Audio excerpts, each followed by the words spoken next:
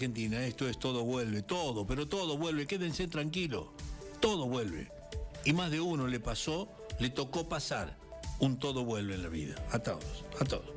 Me voy al contacto con mi compañerita de trabajo, la señorita Brenda, porque tiene un tema que me quiere comentar y creo que es importante que lo haga. Hola Brendita, ¿cómo está? Buenas tardes. Muy buenas tardes a la audiencia, muy buenas tardes a vos, Ocampo. Justamente como vos estabas diciendo, vamos a hablar de quiénes son los negociadores. Ellos integran, son parte del CAPE, integran la División Táctica de Explosivos y ellos actúan en un montón de casos que están como para dialogar, no son como intermediadores, ahí está. Sí.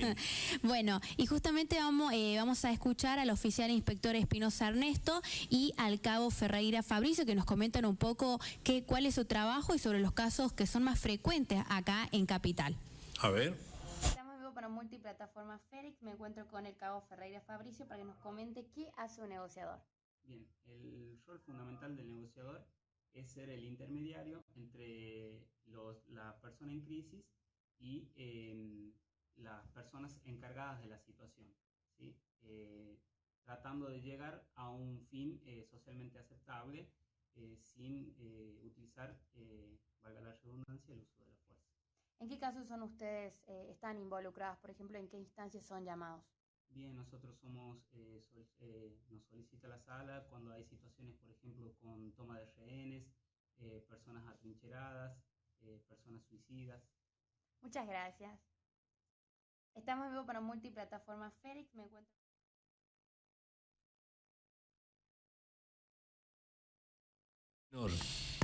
Sí, y el tema de la cintura que tiene que tener un mediador, tiene que tener una capacidad enorme para poder evitar un mal mayor. Y bueno, ahora vamos a hablar con el oficial inspector Espinosa Ernesto, que nos va a hablar cuáles son los casos más frecuentes que suceden acá en Capital, que venimos viendo muchísimas noticias de los mismos y cómo trabajan en los mismos. A ver. Estamos en vivo para multiplataforma Fénix. Ahora me encuentro con el oficial inspector Espinosa Ernesto para que nos comente cuáles son los casos más frecuentes que suceden en la provincia. ¿Cómo estás? Buen día para vos y toda tu audiencia. Bueno, los casos más frecuentes que tenemos nosotros acá en la provincia son de personas atrincheradas. Esto generalmente suelen ser con armas blancas, con garrafas por ahí que se encierran, personas suicidas, ¿no? Que es últimamente lo que más venimos abordando ese tipo de situaciones. Como así también personas con brotes psicóticos, ya sea por consumo de sustancia o enfermedades propias de ellos en sí. Esas son las situaciones que generalmente venimos más frecuentando últimamente. ¿Y cómo trabajan en esos casos, en esos tres casos puntuales? Bien, en esos casos puntuales generalmente tenemos ya protocolos de intervención internos, ¿sí? Entonces con esos lineamientos de trabajo nosotros vamos y ponemos en práctica lo que establecen los protocolos, es decir, esos lineamientos de trabajo. No obstante ello, hacerte saber que esto se trabaja en grupo, por ahí si bien nosotros somos las personas visibles, detrás de nosotros hay todo un equipo de trabajo, ya sea el equipo táctico, el sniper, la policía convencional que colabora con el tema del corte, es un equipo bastante amplio cuando abordamos ese tipo de situaciones. Bien, por ejemplo, en el tema de cuando hay personas que se quieren suicidar, ¿cómo ustedes abordan esa situación? Bien, en primera instancia, cuando nosotros abordamos esa situación, ya hay un efectivo previo que ha estado trabajando en el lugar que nosotros le denominamos el primer interventor, que por lo general suele ser el policía de comisaría o el policía de calle. Entonces, ante esta intervención, nosotros lo que hacemos es entrevistar a ese efectivo policial para tratar de recopilar la mayor información posible, ¿sí? Ya sea cómo se llama, qué es lo que le dijo, qué es lo que le manifestó. Entonces, nosotros en base a esa información, es a posterior que abordamos y bueno, ponemos en práctica distintas técnicas y tácticas para hacer que esa persona desista de ese accionar, ¿no? En primera instancia lo que hacemos es buscar estabilizarlo emocionalmente. Tenemos que tener en cuenta que es una persona que está en crisis, entonces buscamos estabilizarlo emocionalmente, elevando los niveles de racionalidad y así también bajar lo que son los niveles de ansiedad para poder situar a esa persona en el tiempo, ¿sí? Porque no es nada fácil por ahí las situaciones que a ellos les toca vivir y por algo toman o buscan esas trágicas decisiones, ¿no? Y en los casos cuando son atrincherados. En el caso de que son atrincherados, bueno, en primera instancia la misma metodología, ¿sí? Pero ya se trabaja más con lo que es el equipo táctico ante un plan de contingencia, como así también con lo que es el sniper. Tienen que tener en cuenta que por ahí son los que nos brindan seguridad a nosotros, porque nos ha tocado situaciones en las que hay personas que están con armas blancas, como así también con armas de fuego. Entonces son situaciones un poco más complejas, ¿sí? Lo que nosotros buscamos, como decía mi compañero anteriormente, a todo esto, con lo que es la negociación, es buscar una respuesta socialmente aceptable en primera instancia. En el caso de que la negociación no dé su fruto, por así decirlo, se pasa a otra instancia que es con el equipo táctico, previo información que recopila el negociador o en su defecto prepara la escena para que pueda trabajar el equipo táctico sin riesgo para ellos como para las personas que están en crisis. Desde comienzo de año, hablamos de enero, ¿cuántos casos tuvieron ustedes trabajando hasta ahora, por ejemplo? Aproximadamente, en base a estadísticas que manejamos nosotros, tenemos 14 casos, ¿sí? Nosotros internamente llevamos estadísticas, ¿sí? Lo que es el equipo, y 14 casos. ¿Y todos ellos han sido solucionados? Sí, todos ellos han sido solucionados entre lo que es la negociación y como así también en algunos casos con lo que es la intervención del equipo táctico. Sí, nosotros a todo esto generalmente ¿qué es lo que buscamos? Una solución al problema, ¿sí? Ya sea indistintamente que trabaje el negociador o el equipo táctico, buscamos la solución al problema, ¿sí? En lo posible siempre nosotros procuramos, si es mediante la negociación, mucho mejor, ¿no? Muchas gracias. Bueno, ahí pudimos escuchar y yo creo que es muy bueno saber un poco de lo que hacen ellos, porque a veces van vestidos de civil como uniformados y ellos actúan en muchísimos casos donde intentan no utilizar la fuerza y por eso llegan ellos, para intentar hacer con el diálogo solucionar las cosas. Ahí podemos escuchar que en este año, hasta ahora se habían realizado o habían cubierto 14 casos y el año pasado simplemente fueron 32. Entonces estamos viendo una gran demanda, que estamos casi 2 meses y en realidad ya se cumplieron los 2 meses y hubo 14 casos. Yo creo que por ahí uno no mide las situaciones económicas por las que atraviesa un país, uno no mide las situaciones sentimentales que son también una de las motivaciones para tomar decisiones. Uno no mide un montón de situaciones propias de la vida. Estos muchachos tienen que estar mucho más preparados que lo que aparentemente son, porque tienen que medirle en segundos y a la distancia la sensibilidad con la que aquel que tomó la decisión o de un suicidio o de un atrincheramiento, lo que sea, deben hacerlo de poner. Yo me imagino que no es fácil la tarea, que deben estar mucho más preparados, pero ¿saben quién es el primer preparado que tiene que estar? El policía, que es el que está en la calle, que es el primero que llega a la escena.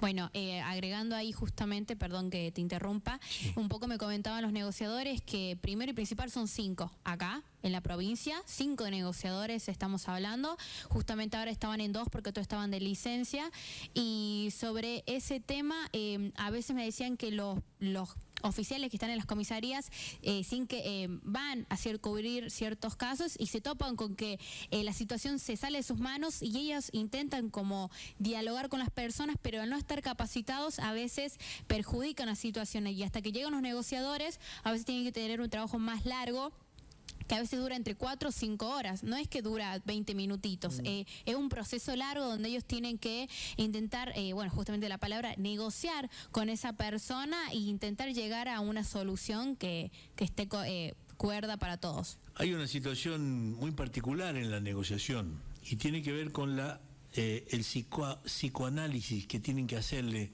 a la víctima, porque es una víctima el que toma una decisión o de suicidio, lo que sea, es una víctima.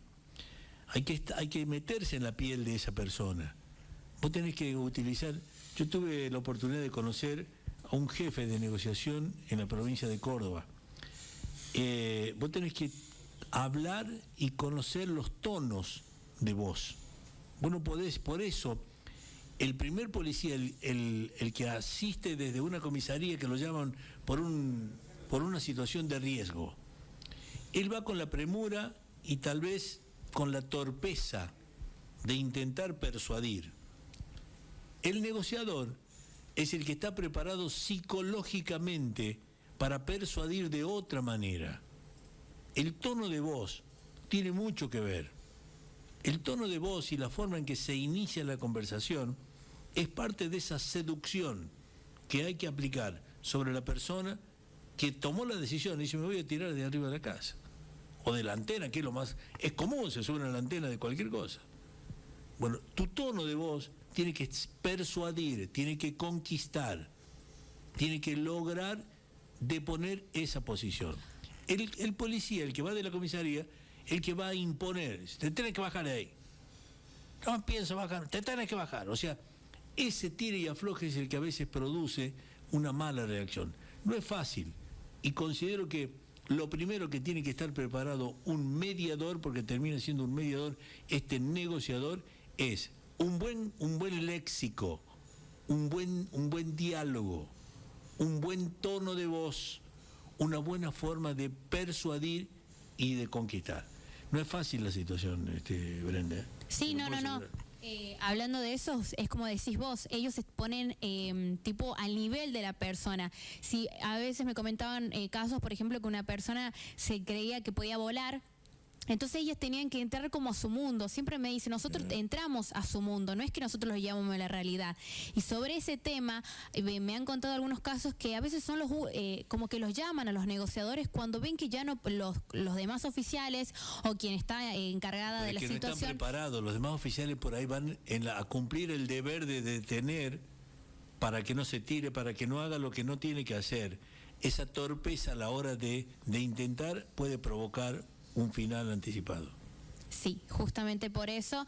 Y bueno, ellos me comentaban que cuando ven que se les sale de las manos a los demás oficiales o quien está a cargo de la situación, recién ahí llaman a los negociadores, cuando en realidad siempre tienen que ser los primeros al ser llamados. No la quiero dejar ir, sé que está en horario de siesta, está viendo la novela, a lo mejor tiene que ir a ver Gran Hermano, pero contame un poquito, ¿qué viste, qué te quedó del panorama escolar de la mañana? Bueno, en el día de hoy estuve haciendo varios relevamientos. Primero y principal, las escuelas privadas llenísimas. Pude cubrir en una de ellas, que está por la calle Jujuy y Abel Bazán y Bustos, y desde tempranito ya estaban los padres. Pregunté y me decían que iban a recibir aproximadamente 700 alumnos. Ahí obviamente los profesores no estaban haciendo paro y los chicos habían llegado del UPD y habían llegado bien. Pero por ejemplo en otros casos hubo otras escuelas que por ejemplo el Colegio 1, donde simplemente ahí no había ido ningún docente, únicamente los profesores de educación física y los directivos para cubrir para estar encargados de la situación, y estaban los chicos de primero, los papás y quinto que había ingresado después de las 8 para hacer como su recibida, pero chicos casi no había nada, y después un alto acatamiento. Con respecto del UPD, ¿hubo alguna situación rara, como para decir, fueron con algún alcohol encima o no? Por lo menos en las escuelas no salió una información que hayan como llegado fuera de sí o descontrolados. Sí estaban como muy energéticos después del UPD, eso sí se logró ver, y algunos estuvieron haciendo festejos como Colegio 1 o otras escuelas privadas como Gabriela Mistral, que ahí sí estuvieron realizando festejo un par de minutos afuera antes de ingresar a la institución. Pero de ahí noticias sobre algo que haya salido fuera de lo normal o que los chicos se hayan salido de control, por el momento, comparado a otros años, no salió. Si eso se hace en una casa, en un club, ¿en dónde se realiza esa fiestita?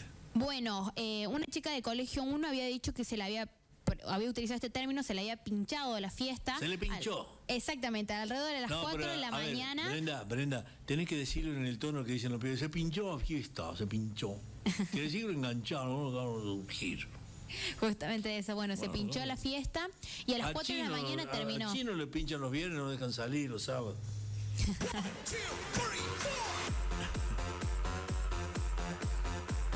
Bueno, De ahí aprendiste un término nuevo que creo que Nicolás lo aprendió, ¿sabe de qué se trata? Sí, hoy tuvo temprano, dice que se le pinchó la moto, no, Claro, Nicolás. cree que tiene A que veces hay que buscar como un gomero. actualizarlo. Cree que a las 8 de la mañana tienen que ir a buscar un gomero, pobre Nicolás. Claro, no, se les pinchó, bueno, la fiesta a las 4 de la mañana, no sé qué problema hubo y se fueron a una casa. O sea, los chicos no tuvieron problema, o lo hacían en algún club o un quincho, que es lo que habitualmente se alquila, y si no lo hacen en una casa que tenga un patio grande, aunque sea un patio chiquito, se juntan.